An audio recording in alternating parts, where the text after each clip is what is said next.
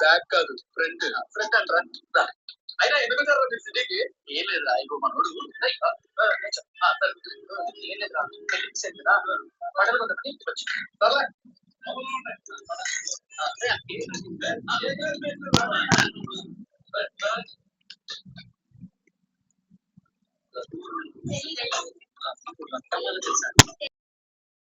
తెలీదయ్యా వెళ్ళు.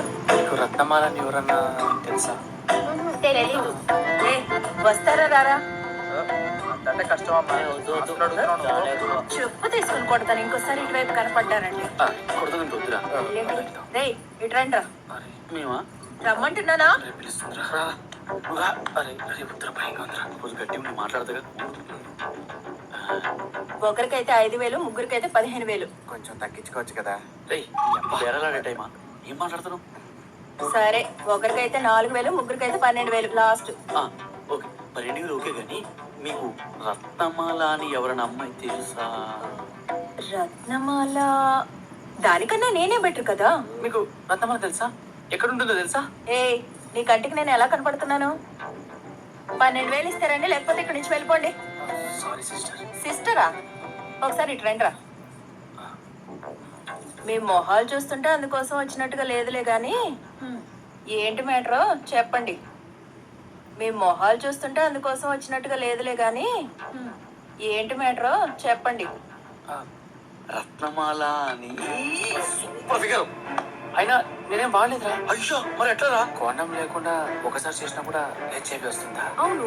నాకు 20 రోజుల్లో పెళ్ళింది డాక్టర్. పోనీ ఒక పని చేయి, ఆ అమ్మాయిని తీసుకొని రండి. ఆమె హైదరాబాద్ పోయిందిరా. అదక్క జరిగింది. కొంచెం మీకు తెలిసి చెప్పు, పుణ్యం ఉంటది. ఆ అమ్మాయి ఎలా ఉంటది? ఆ అమ్మాయి ఫోటో ఏమైనా ఉందా? ఫోటో ఫోటో ఫోటో లేదక్క. ఫోటో ఏం లేకుండా ఎలా గుర్తుపడతాం? అమ్మాయి చేతికి నక్షత్రాల పచ్చబట్లు ఉంటాయి చిన్నవి. నీ నెంబర్ ఇచ్చెళ్ళు, కనబడితే కాల్ చేస్తాను. నెంబర్ 943462. సరే సార్ వస్తాం అక్క. సార్ జాగ్రత్త అక్క. మళ్ళీ చిన్న డౌట్, మీకు హెచ్ఐవి లాంటివి ఏమన్నా? మాకు ఫ్యామిలీలు ఉంటాయి, మేము జాగ్రత్తలు తీసుకుంటాం. సారీ అక్క. అక్క ఫోన్ చేయండి. ఫోన్ చేస్తానులే కానీ ముందు పోలీసులు వస్తున్నారు, పరిగెత్తండి.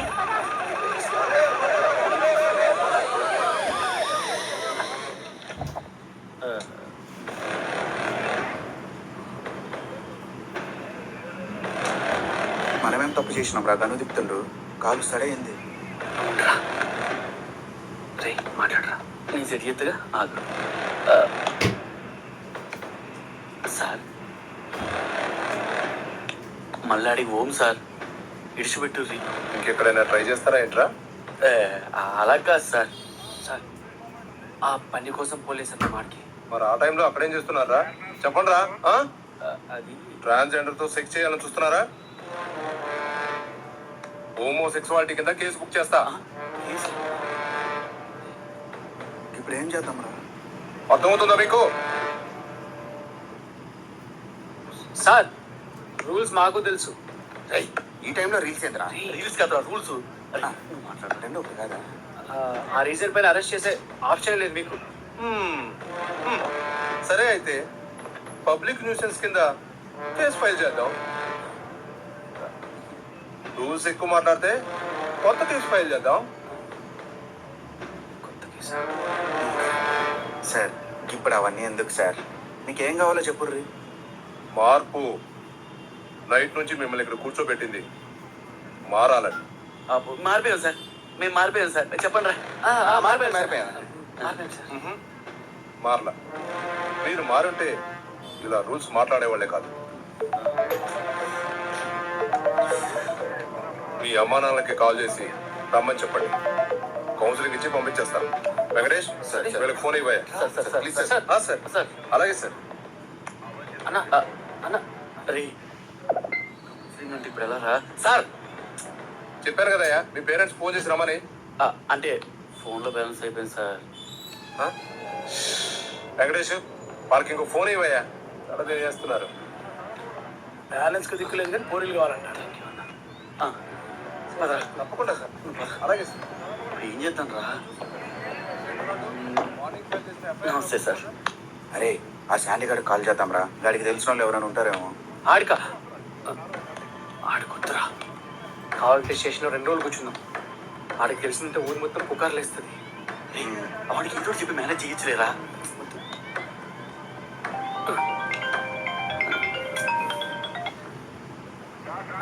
విద్య, నేను హైదరాబాద్ వచ్చాను. నీకు నువ్వు హైదరాబాద్ వచ్చావా?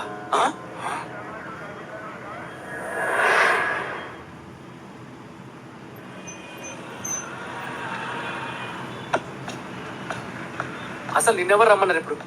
నువ్వు ఎట్లా నువ్వు తీసుకురావు కదా, అందుకే నేనే వచ్చేసిన. ఎప్పుడు ఇదే పనా? అసలు నేను ఏ పని పైన వచ్చాను సెన్స్ లేదా? నేను పోతున్నా. బాగా సారీ సారీ సారీ. నేను వెళ్తాను. ఈ టైంలో మన ఊరికి బస్సు కూడా లేదు, ఎలా వెళ్తావు? నువ్వు చూడగానే హక్ చేసుకుంటావు అనుకున్నా, కానీ అరుస్తున్నావు. హలో, పబ్లిక్ ప్లేస్లో ఎవరైనా హక్ చేసుకుంటారా? పదా.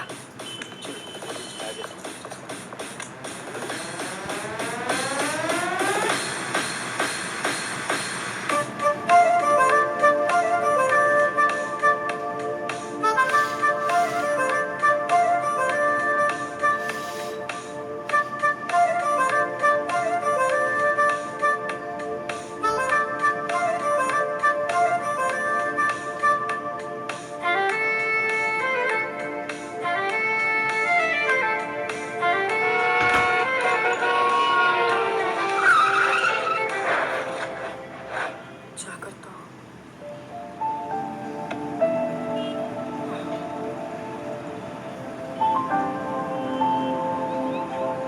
త్వరగా రా. అలా కాదురా. బెడ మీద పెట్టి తెంగుతా. ఇంత జరిగేటప్పుడు ముందే చెప్పాలి కదా, ఎరుపుగల్లారా. ఎట్లీస్ట్ నా రూమ్ దగ్గరకు వచ్చినప్పుడే నా అమ్మాయి కోసం వచ్చానని చెప్పాలి కదా. డైరెక్ట్ గా తీసుకెళ్లి పోలీస్ స్టేషన్ లో కూర్చోబెట్టారు. నాకు విద్య కావాలరా.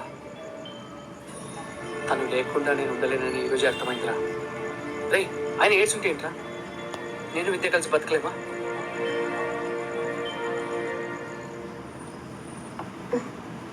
కాఫీ తీసుకోండి.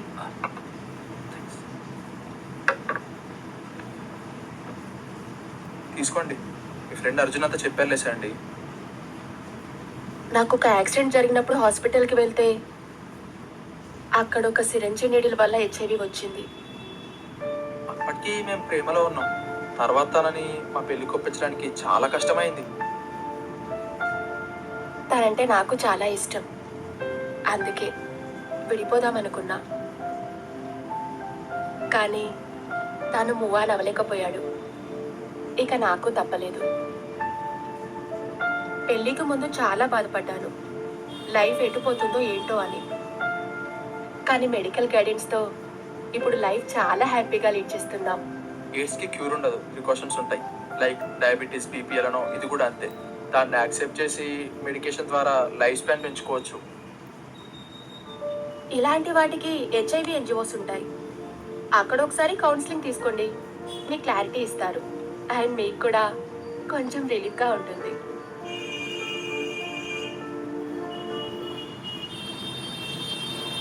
అరే బావా, డాక్టర్ బిజీ అంట, కొంచెం సేపు వెయిట్ చేయాలి. ఆ కప్పుల్ని చూసావా? వాళ్ళ హెచ్ఐవి వాళ్ళ పిల్లలు కూడా ట్రాన్స్ఫర్ అయింది. ఇంకేముంది, పాపం వాళ్ళ పిల్లలు కూడా సఫర్ అవ్వాల్సిందే. నేను చేసిన తప్పుకి నా పిల్లలు ఎందుకు బాధపడాలి? ఇది కరెక్ట్ కాదు. ఇది కరెక్ట్ కాదు. కరెక్ట్ కాదురా. రే, ఏమైందిరా? నాకు ఈ చెకప్ ఏమొద్దురా. రే, నాకు అసలు పెళ్ళి వద్దురా. రే, ఏం మాట్లాడుతున్నావురా? పిచ్చిలేసిందా? నా కొడుకు. హలో హలో, ఏడున్నావురా? పోయి 3 రోజులు అవుతుంది, ఇప్పటి వరకు ఫోన్ లేదేం లేదు. పెళ్ళేమో దగ్గరకు వస్తుంది. ఒక్క పని కూడా మొదలుగానే. పెళ్లి పనుల పైన ఉన్నానా? ఏం పనులు ఏమో.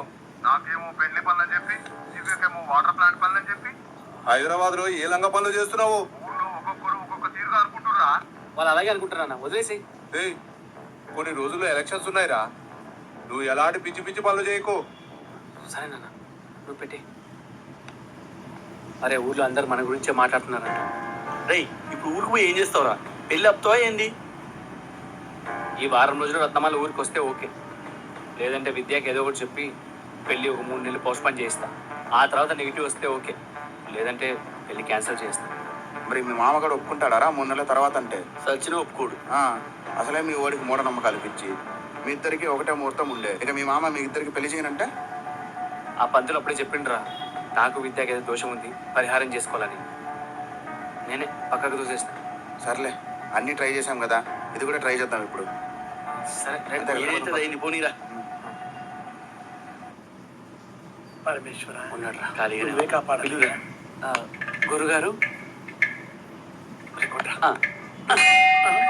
మిమ్మల్ని వీడు మళ్ళీ వచ్చాడా? మళ్ళీ ఏం రాజకీయం చేస్తాడేమో. రేయ్ ఏంట్రా, ఏంటి మళ్ళీ వచ్చారండి? గురుగారు మీతో చిన్న పని పడిందండి. అదేంటంటే అస్సలు చేయను. నీకోసం ఆడలో తప్పు చేసిన మళ్ళీ అంటే కష్టం. నీకు దండంరా నాయన, వెళ్ళరా. గురుగారు ఇప్పుడు మీరు చేసేది తప్పు కాదండి. మరేంటి? అదే నాకేదో దోషం ఉందన్నారుగా, అది మా మామకి తెలియకుండా ఆ పరిహారం ఏదో కొంచెం. చా చికెన్ తినే ఈ పంతులు మీకు పరిహారం కూడా చేయగలడా? అస్సలు చేయను, వెళ్ళనే. అంటే మీరు నిజంగానే చికెన్ తింటారా? రేయ్, ఏదో ఫ్రెండ్లీగా జరిగింది గురుగారికి మర్చిపోయినట్లేదు. ఏం మర్చిపోలే. ఆ ఎపిసోడ్ ఎలా మర్చిపోతాం? ఆ స్క్రిప్ట్ అంతా డైలాగ్ తో సహా గుర్తుంది. మామూలు ఎపిసోడ్ అది. నా వల్ల కాదు. గురుగారు నేను మారిపోయానండి. ఇంతలో అంత మార్పేలా? అది సరే, నువ్వు ఎందుకు మారావో చెప్తే మీ మామయ్య తెలియకుండా పరిహారం చేసి పెడతా. ఇదిగో నిజం మాత్రమే చెప్పాలి. ఊళ్ళో ఉన్నావు, చెప్పు. గురుగారు నాకు ఎందుకో చాలా విచిత్రమైన కళలు వస్తున్నాయి గురుగారు. నా పెళ్లిలో పంతులకి నోరు పడిపోయినట్టు, పక్షవాతం వచ్చినట్టు, గుండె ఆగిపోయినట్టు, ఎవరు లేని సమయంలో పంతులు గారు ఒక్కరే ఉన్నప్పుడు బాంబు వెళ్ళినట్టు విచిత్రమైన కళలన్నీ వస్తున్నాయి గురుగారు. సరేగా నాయన, ఈ కళ్ళని నీకు మధ్యరాత్రి వస్తున్నాయా, తెల్లవారుజామున వస్తున్నాయా? మధ్యరాత్రికి తెల్లవారుజామునికి మధ్యలో వస్తున్నాయి గురుగారు. మధ్యలో మధ్యలో కరెక్ట్ గా మధ్యలో. మధ్యలో అయితే మహా డేంజర్లే. అవును, నీ కళ్ళు నీ పెళ్లి చేసే పంతులు ఎవరు? మన ఊర్లో ఉండేది ఒక్కరే పంతులు, అది మీరే. నేనా? నిజమే కదా? అమ్మో, ఇది అటు ఇటు తిరిగి నా మీద వచ్చేలా ఉంది. పరిహారం చేస్తా గానీ ఇంకో లిస్ట్ ఇస్తా. ఆ సామాన్లను తీసుకురా. వచ్చేటప్పుడు విద్యను కూడా తీసుకురా.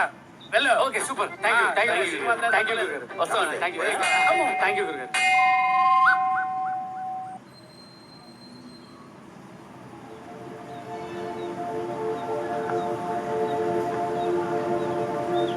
అరే ఏంద్రా, పిలిస్తే సప్పుడు ఇవ్వకుండా దీనంగా ఉన్నావు?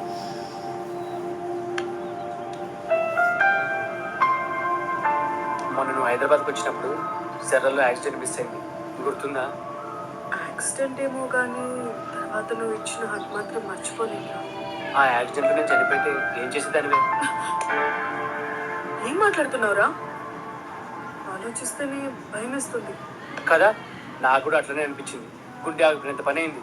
అప్పుడే ఆ పంతులు చెప్పిన దోషం గుర్తొచ్చింది.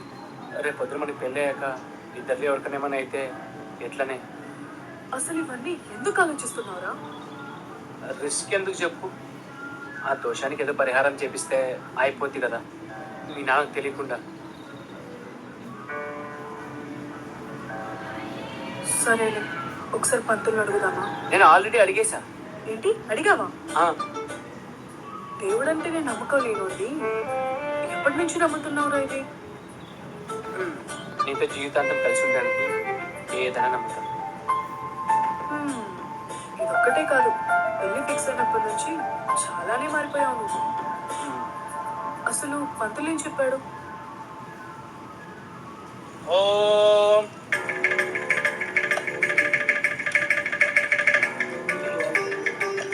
ఇదిగో నాయనా, తీసుకోండి, ఇద్దరు పోయండి. గురుగారు సెటప్ చూస్తే కొంచెం తేడాగా ఉంది. మా పైన ఏమైనా రివెంజ్ ప్లాన్ చేశారా? శివ శివ, అంత మాట అన్నావేంటి? ఈ మామగారు తెలియకుండా చేయమన్నావు నాయన, అందుకే ఈ సెటప్. తీసుకోండి, వేయండి.